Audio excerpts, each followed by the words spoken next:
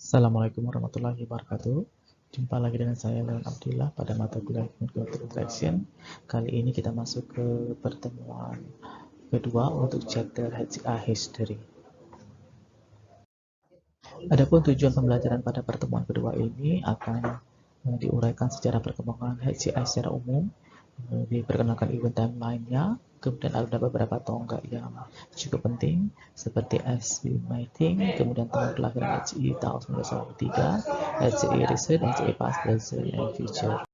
Agenda pada pertemuan kali ini dimulai dari event timeline, disusul dengan artikel Aswi Mating, kemudian Birth of ICI pada tahun 1983, dilanjutkan dengan sejumlah famous ICI research, serta ICI Past, Present, and Future.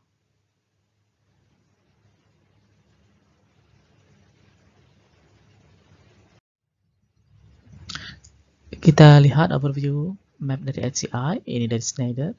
Kalau diperhatikan, penggunaan dan konteks dari HCI itu melibatkan sentral dari human dan computing. Dari sudut pandang human termasuk makhluk sosial yang banyak beraktivitas pada organisasi atau pekerjaan. Kemudian human pada dasarnya akan mengolah information itu berdasarkan human information processing. Kemudian manusia juga berkomunikasi menggunakan language, communication and interaction, dan juga dipengaruhi oleh faktor-faktor ergonomik. Sementara computing akan menerima input dan melalui input devices, kemudian diproses, baik itu melalui komputer grafik, dialog arsitektur, dialog teknik, dialog general, baru akan ditampilkan melalui, pada umumnya kalau saat ini adalah screen, ya. Kemudian untuk fase pengembangan itu bisa melibatkan evaluation teknik, kemudian design approach, implementation teknik dan tools, serta lain sebagainya. Human factor model sendiri digambarkan sebagai berikut. Pada sisi human dan pada sisi computing itu dijembatani oleh interface. Selanjutnya baru kita masuk ke timeline. Timeline itu yang pada awalnya dimulai pada tahun 1945. Di sini ada Van der Waals, dia mempublish artikel dengan title As We Mighting di The Atlantic Monthly, mulai memperkenalkan memory extension. Lanjut pada tahun 62, Ivan Sutherland membangun Sketchpad yang sampai sekarang teknologinya banyak diterapkan pada modern computing devices.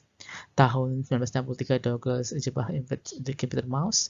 Jadi pada tahun ini orang sudah mulai mengenal mouse. Baru dilanjutkan tahun 1981, Sterostar diluncurkan. 1982 didirikan ACM, SIGCSI, grup riset di bidang SCI. Kemudian tahun 83 baru ada publication dari Cat, Moran, and Newell dengan judul The Psychology of Human-Computer Interaction. Dan pada tahun 83 inilah diyakini sebagai hari atau tahun lahirnya bidang ilmu Human-Computer Interaction. Tahun 84, Apple Macintosh diluncurkan, dan tonggak sejarah yang cukup fenomenal itu pada ulang tahun CHI yang ke-25 pada tahun 2007. Mereka mengadakan annual conference untuk memperingati 25 tahun CHI. Ini adalah artikel estimating ditulis oleh Van der Waals pada tahun 45. Memory extendnya itu dipakai sampai sekarang, logiknya.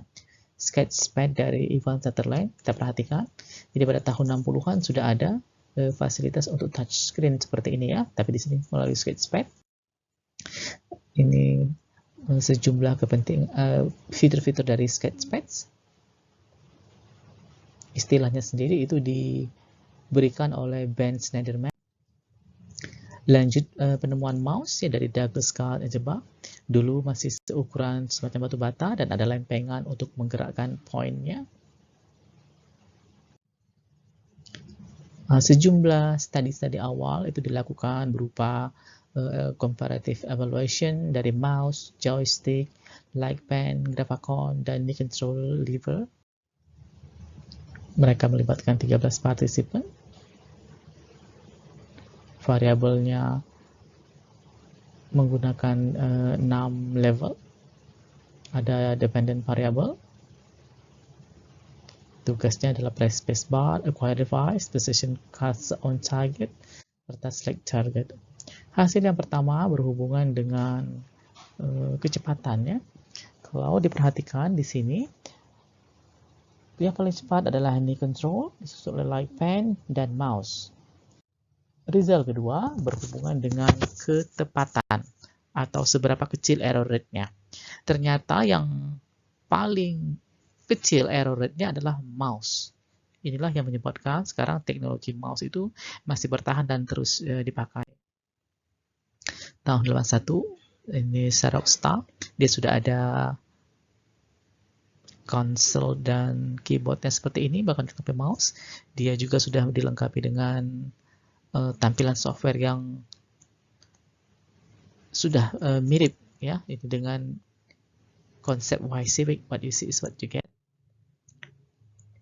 Ada sejumlah icon populer yang bahkan sampai sekarang masih dipakai, misalnya dokumen, folder, tapi memang kalau sekarang foldernya sudah lebih halus bentuknya ya, sudah lebih smooth dan modern. Tahun 83 diyakini sebagai kelahiran HCI. Ada notable event di sini, first ACM conference, kemudian publication Psychology of Human-Computer Interaction by Cartmore and Newell. Ini merupakan publikasi awal di bidang HCI. Kemudian yang tidak kalah pentingnya adalah Apple ya. Apple bertahan sampai saat ini, dan pada tahun 83 mereka mengumumkan melalui brosur ya akan ada Macintosh, dan real di launch itu pada tahun 84.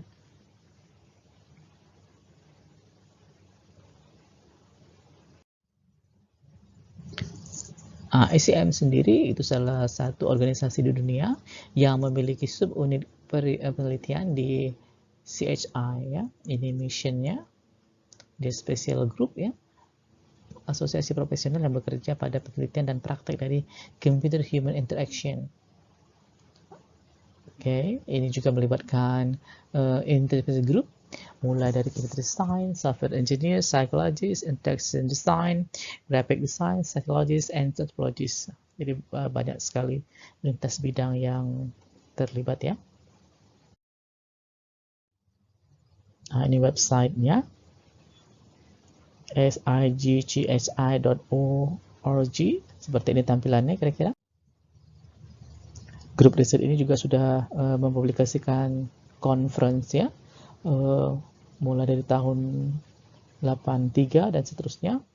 Di sini sampai tahun 2010, 11, 12 ya. Jumlah papernya sudah 1.500-an yang disubmit, yang diterima itu sekitar 300-400-an ya. Nah, ini tampilan dari buku The Psychology of Human-Computer Interaction, karangan dari Stuart Kickard, Thomas B. Moran, and Alan Newell. Buku inilah yang dianggap sebagai cikal bakal kemunculan bidang HCI di dunia yang bertahan sampai saat ini, bahkan terus berkembang. Nah, ini kalau kita petakan, kira-kira seperti ini model human processor dari manusia ya. Manusia cenderung akan menerima input melalui indera penglihatannya, kemudian ditangkap oleh otaknya, working memory, ada juga long term memory, kemudian baru dikembalikan lagi dan diproses, baru diperintahkan kepada indranya, untuk ini contohnya misalnya tangan, indera peraba, untuk melakukan activity atau memberikan perintah input terhadap computing. Ini tampilan Apple Macintosh pada tahun 84. Ya sudah slim ya, mouse-nya juga sudah seukuran tangan. Mac Write juga sudah memiliki software yang mengusung konsep Y-Civic, what you see is what you get. Kalau kita perhatikan, dia sudah ada style ya, plain text seperti ini, bold, maka tampilannya juga akan bold. Kalau italic dia akan italic, begitupun dengan underline dan seterusnya. Juga dilengkapi dengan Zeiss. Apple Macintosh sendiri secara komersial itu pada tahun 80 4. Ini Apple Macintosh timeline-nya. Ini perkembangan HCI.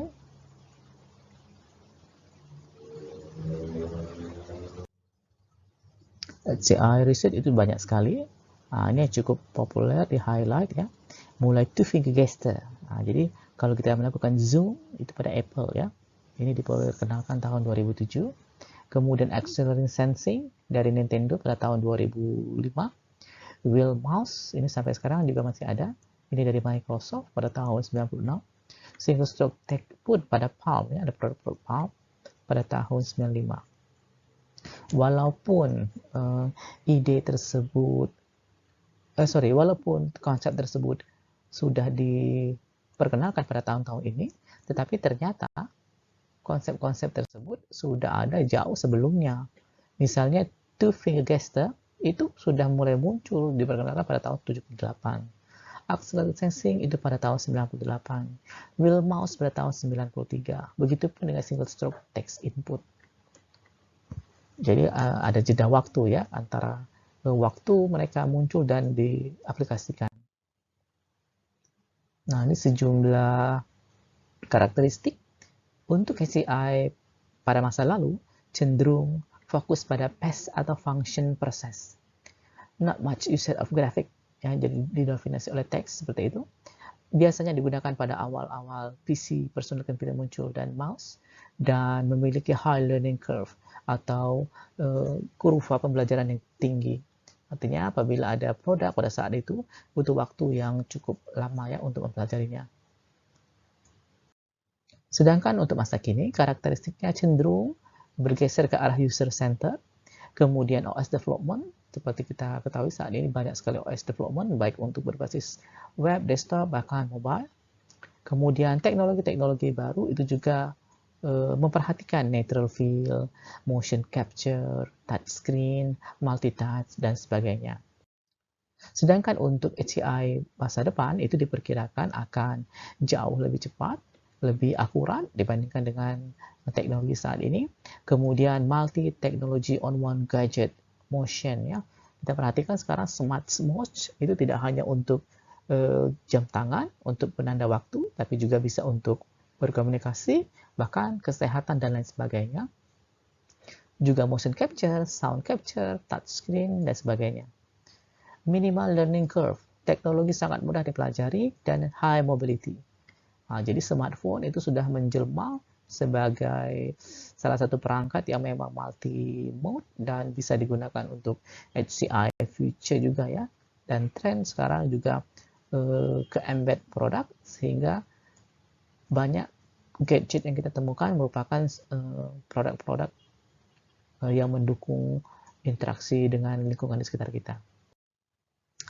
Oke. Sekarang Anda sudah mengenal ya HCI history itu, ada beberapa tonggaknya, mulai dari estimating, sketchpad, mouse, GUI, kapan dia berlahir, gesture, dan seterusnya. HCI sampai saat ini dia masih menjadi a famous term in IT and computer science field ya. Jadi banyak penelitian yang terkait atau terlibat di HCI, tidak hanya bidang computing sendiri, tetapi juga melibatkan bidang-bidang lain, misalnya psikologi yang cukup dekat, dan lain sebagainya. Untuk tugas kedua, Anda hanya diminta untuk mencari at least 2 example ya, dari HCI, baik pada yang masa lalu, the present, dan perkiraan pada masa depan.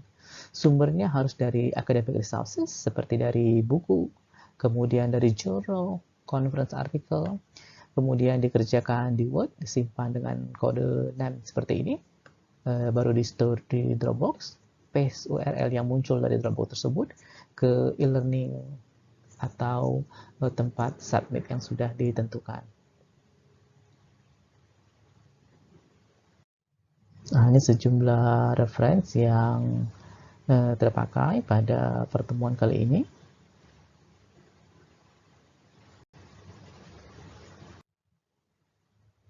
Ini juga dari Days, dari Edward, dari Alice, dari Angus, Gould, Greenberg, Harrison, Haim, Herod, Huang, Ebister, Jacob, Kalbah, Gentowis, Kawakami, Kim, Lewis, Lin, Mackenzie, Priest, Schneiderman, dan seterusnya.